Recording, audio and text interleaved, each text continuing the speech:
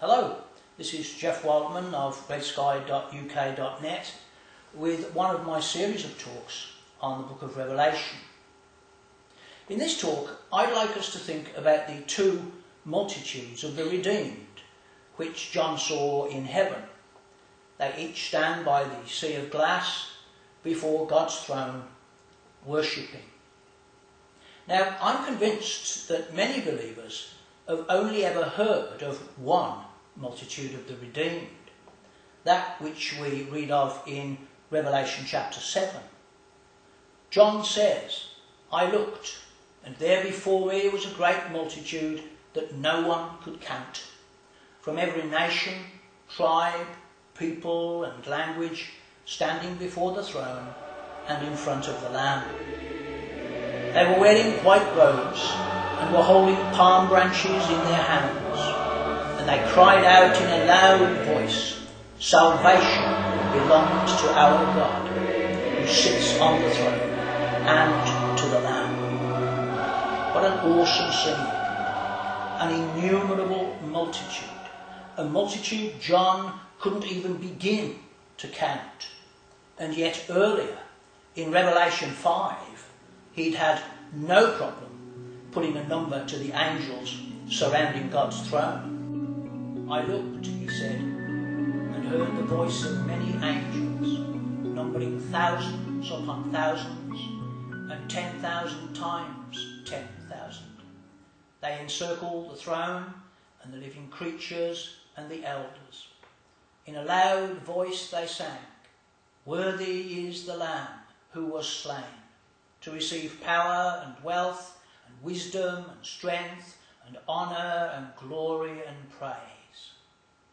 Do we have any idea how many 10,000 times 10,000 is? It's 10 million. And that's without the other thousands upon thousands that John mentions. But anyone who knows the book of Revelation well will know that perhaps only a third of the angelic realm is seen here. The Archangel Michael's angels are busy elsewhere, as indeed are Lucifer's angels, as we see in Revelation chapter 12. But here, in Revelation chapter 7, is a multitude that John couldn't begin to put a number to. Yet God, we are assured, knows us all by name. Awesome. Notice too that this innumerable multitude is fully representative of the whole of humanity. Every nation, every language, and every ethnic grouping is represented. So, God is not a racist, and neither should anyone who claims to know him be a racist either. As I often say to my colleagues in the local government office where I work, there is only one race, the human race.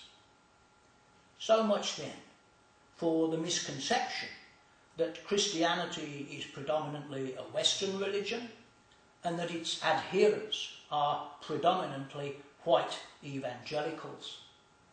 Anyone who knows anything about Christian mission knows that there's hardly anywhere on the planet where the gospel message hasn't reached.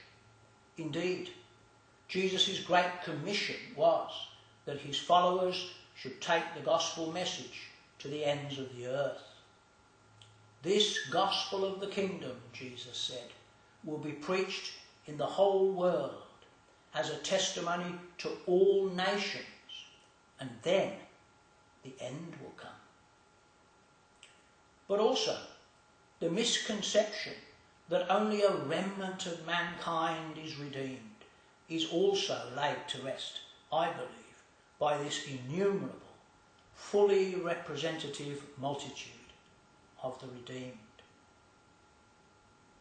Now, one of the 24 elders questions John about this innumerable multitude with the words, "These in white robes, who are they, and where did they come from?" John answers, "Sir, you know."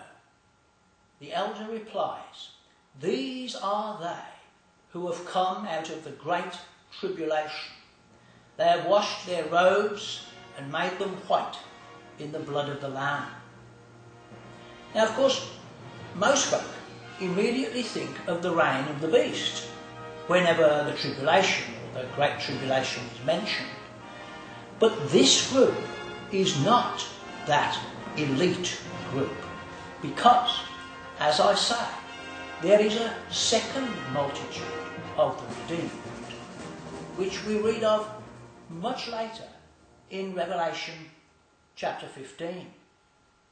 There, John says, "I saw what looked like a sea of glass mixed with fire, and standing beside the sea, those who had been victorious over the beast and his image and over the number of his name.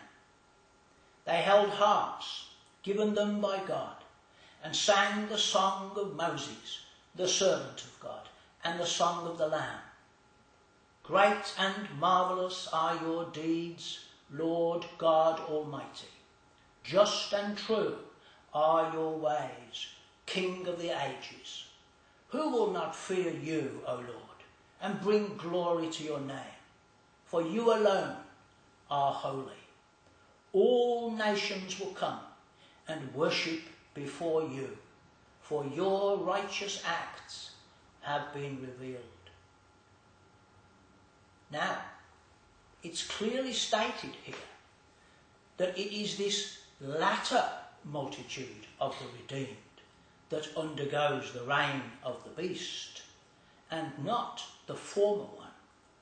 So, these two groups must exist either side of the rapture.